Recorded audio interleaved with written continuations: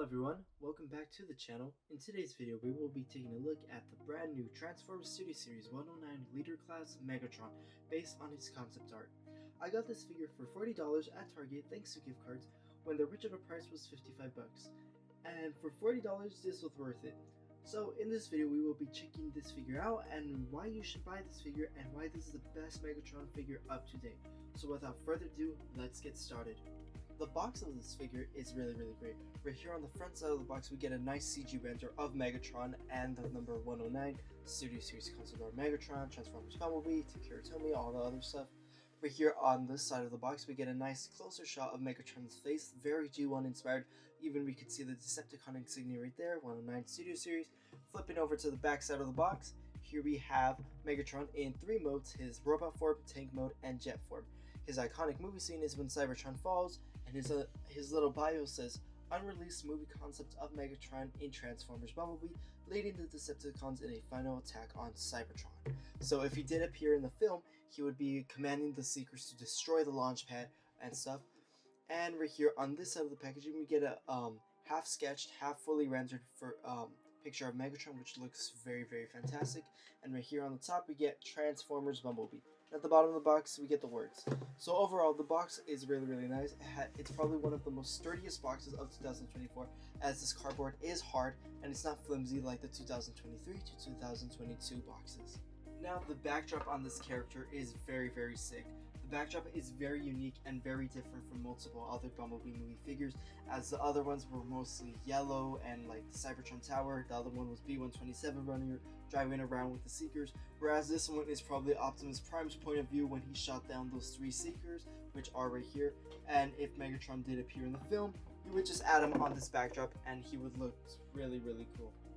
Now here's the figure. Now even though this character never appeared in Transformers Bumblebee, they still made a Studio Series version of him, and my goodness, this figure looks so amazing. If we just take a look at the head sculpt itself, that thing is fully detailed. We can see we have some really bright red eyes right here, and we get some nice sculpt work, and the face looks amazing. We get that Decepticon insignia right here, some silver paint as well as some light silver, gunmetal gray, and red right here. We also get some red around the bicep region, and the shoulders look really nice. They look very broad, and we get a lot of silver, gunmetal, gray areas all around, so this character is like fully painted and decked out. From a back perspective, we get a nice view here. This reminds me of the Studio Series Optimus Prime, as he does have this type of back and 2 ports, and I'm pretty sure the Rise of the Beast Prime does as well, so it looks really cool. If we take a look at Megatron's fusion cannon, the fusion cannon is very well sculpted. So we're just going to remove this from Megatron, and we can see the amount of details that this has is really incredible. It's like this red thing right here, a lot of sculpt work and a lot of detail is on this cannon. I would have wished if they kind of painted this kind of faded, like in gunmetal gray, to make it look like he's been firing it for a while. But I do like this clean look. It looks really nice, and I do like how it looks like. So just bringing in Megatron here for more details. Right here, if we take a look at the leg region, we get a lot of nice silver, black, and gunmetal gray, and little hints of red here and there. And on the toes, they are fully decked out in silver. So yeah, overall, the figure has a lot of details. Even the hands, as they are individually sculpted for articulation, which I'll demonstrate in a bit, we could see even on the hands they look really cool as well. So overall, this figure has a lot of great details that get lost in the video, but there's still so much, so I recommend you guys should buy one for yourself and check these figures out. As far as articulation goes for this figure, meaning how well this figure moves very well. If we take a look at the head sculpt, he can look up to this far, down to this far, could tilt side to side very slightly, can do a full 360 if you wanted to, and he does have a ball joint on the head. On the arms, he does have a swivel joint, could do a full 360, a hinge joint at the shoulder, and even a butterfly joint right here, which could get this guy in more dynamic poses than you think he could. He has a bicep rotation right here, elbow joint right here, band past 90, and even a forearm joint right here. He as well has 360 range of motion on the wrist. He has around 2 points of articulation on the fingers, so the index finger is individually articulated, whereas the rest of them are a single sculpt, but can still move freely just like the index finger, but they're all clumped up together. So overall, this figure's articulation is very vast, and this is just half of the figure. He does have 360 range of motion. His leg pieces are fully extendable, so you could make him do the splits, you can make him kick back to that far and front to this far, and you can even make him bend past 90 degrees, which is very incredible for a figure of 2024. And we can see we have a ankle joint and a toe pivot. So overall, this figure has a lot of nice articulation. And to articulate the legs more, I do recommend lifting the skirt pieces a little bit just to get him in more dynamic poses if you want. Overall, this figure has a lot of articulation. So as far as scaling goes for this figure, we'll start from smallest to biggest. Here I bring in the Studio Series concept art Rumble. Preview, I bring in one of my favorite figures, the Studio Series Sunstreaker, and we can see both our concept art characters, and yet we can see there is a difference between the sizes after all. So Megatron scales really large. Here are most of the Bumblebee movie Autobots, such as Ratchet and Ironhide mold, Brawn, RC, and the Bumblebee and Cliffjumper mold. Wheeljack, so similar to the other Autobots, Wheeljack is incredibly smaller than Megatron. Here I bring in the two main villains of the Transformers Bumblebee film, Shatter and Dropkick. And finally, Megatron's rival, Optimus Prime. And we can clearly see between Optimus Prime and Megatron, there is a ginormous size difference between the two. And I do like how they do look like together, and I could only imagine if Megatron did appear in the film, how they would go head to head and fight each other in the film. Here I bring in the generic Bumblebee movie Seeker mold. Here is Starscream and Thrust, Thundercracker and Skywarp are on their way pretty soon. But either way, we can see between Starscream and Megatron, we can see that there is a size difference right here. Obviously Starscream is smaller, but Megatron does appear smaller, but it's mostly because of the wings of Starscream. So I really do like this. This fits Starscream's ego. He always wants to be bigger, stronger than his leader Megatron. So I really do like how this looks like. And finally, here we have Soundwave and Blitzwing. Unfortunately, no Shockwave just yet, but that'll be coming really soon as well. And finally, the Bumblebee movie Megatron with the 2007 Megatron. We can clearly see there is no similarity between the two, besides they are the same character. If 2007 Megatron appeared like the Bumblebee film concept art, that would make fans even more crazy and people would like that, but I really do like this one. This one is nostalgic. So any of you guys wondering, this character is in fact Blast Effect compatible, so you can just insert any blast effects that you have laying around so easily. As far as weapon storage goes, he has two weapon storages, one being on his arms, and the other one that I did not show here is the cannon. So you could just put it on the back into that 5mm port, and it replicates his G1 style, as in the G1 cartoon he did have like this kind of cannon thing popping out of his back, which looks pretty cool. So if you would like that and you want to put that in your collection, by all means go ahead and do so. So as far as transformation goes, the transformation is complex, yet kind of simple, mostly on the complex side. So I will guide you through it as easy and possible as I can, and enjoy the music, sit down, relax, grab your Megatron if you want, and follow along.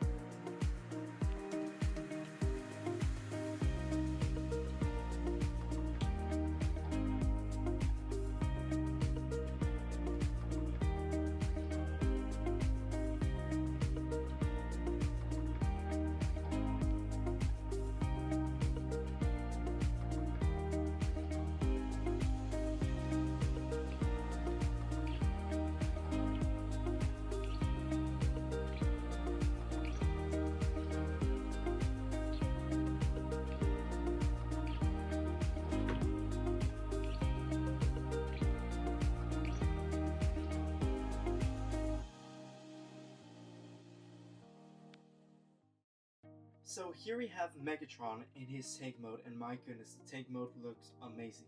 If we just take a look at the details on this tank mode in a closer look, we can see we have some treads here that unfortunately don't have wheels, which is such a missed opportunity as this is a leader class figure, and you'd expect that from modern leader class figures or even commander class figures.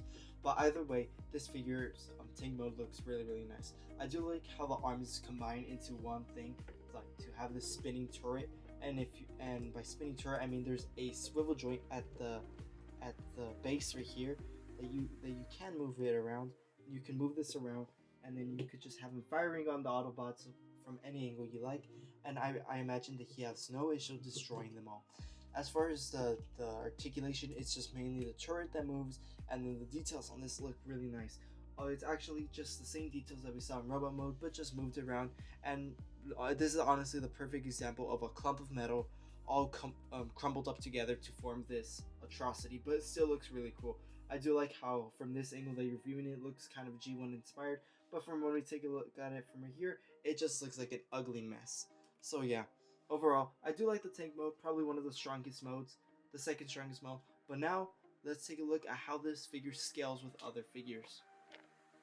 So here I brought in the generic Bumblebee Movie Seeker mode, and right here we can see that the Tetrajet to the tank there is unmatched. The Tetrajet is in fact very larger, but the reason why the Tetrajet is larger is because this tank has more mechanics and more manufacturing designs inside it, and it's like has more stuff than this one does, but we can overall see the size, and I think this should be accurate if Megatron did appear in the film.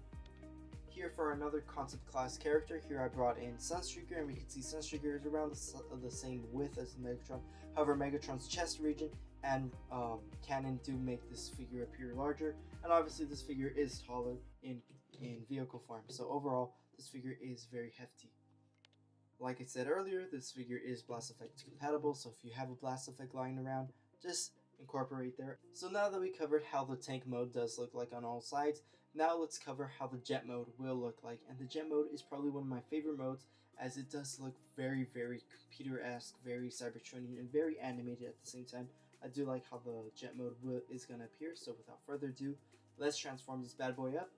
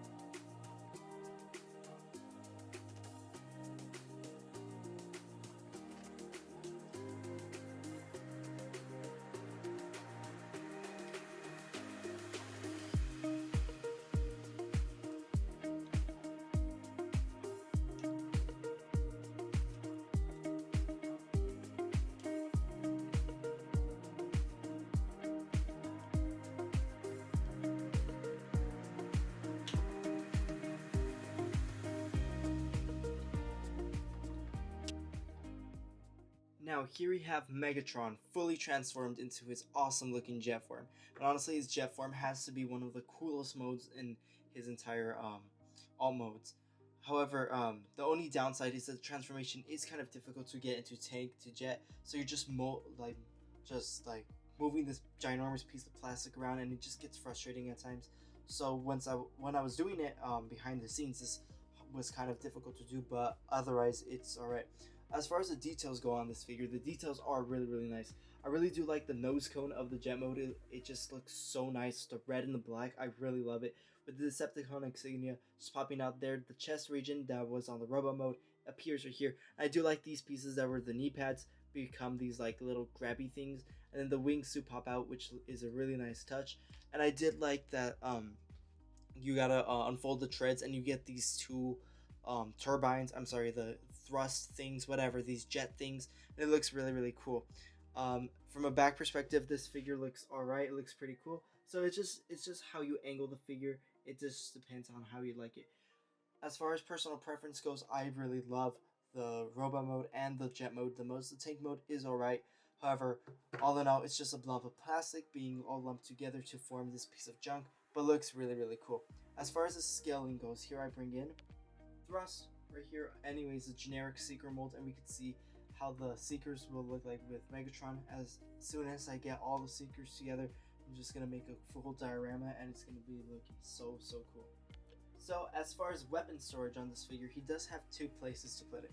One on the back of the jet, so you could just incorporate it right there, and you could have him literally equipping this, shooting out the Decepticons. Looks alright from an angle, and from other angles it just looks horrible. Or you could just attach it on the arms, how we had it during transformation. Otherwise, I believe that's the only place you could put it. And honestly, I really do like it without the fusion cannon, because it just gives it a cleaner look. And I do like it. It looks really cool. From this side, we can see a lot of details. Unfortunately, the arms do pop out, but it's not that much of a big deal, because they honestly help stabilize the figure when standing right here. So it's not that much of a big deal, but I really do like it. So, some final thoughts for the Transformers Studio Series number 109, Leader Class Concept Art Megatron. Overall, this figure is one of the best figures of 2024. And I'm not glazing, I'm actually being honest. This figure is so peak. It's the best Megatron design there is. It's a mixture of G1 and live action. It's a great translation of G1 to live action, just like the Bumblebee film itself. The articulation on this figure is very vast. I'm very impressed with it. The head sculpt looks amazing. The details on this figure are extremely beautiful. I really do like it because it's perfect. It's everything I wanted with a Megatron figure. The posability is really nice. I do like it. The scale, I really kind of wished he was slightly bigger, but otherwise it's big enough, and I do like it. I do like that he's Blast Effect compatible, so if you have some Blast Effects lying around, you can always add them on this figure. He has a lot of nice sculpt work as well. This is very unique. No borrowed parts from anything, no borrowed mechanics at all. So I really do like it, and it's very unique. The transformation itself is a little bit finicky and a little bit frustrating at times, as there are multiple pieces flying around. However, I do like it because it just engages your mind in a more complex transformation. Overall, this figure is an 11 out of 10. I really do like this figure. I do recommend it. I got this figure at Target. You guys can too. You guys can get it at Target, probably Walmart. Amazon has it at a ridiculous $80. Do not buy it from there. And GameStop doesn't have it in stock anymore, so yeah, basically your only hope right now is probably Target or maybe Walmart in store, but it's going to be kind of hard to find in Walmart, as Hasbro's distribution is a big piece of dog poop. So that about wraps up our review. Thank you for watching. Please subscribe, leave a comment, and until my next review, I'll see you then. Thank you for watching.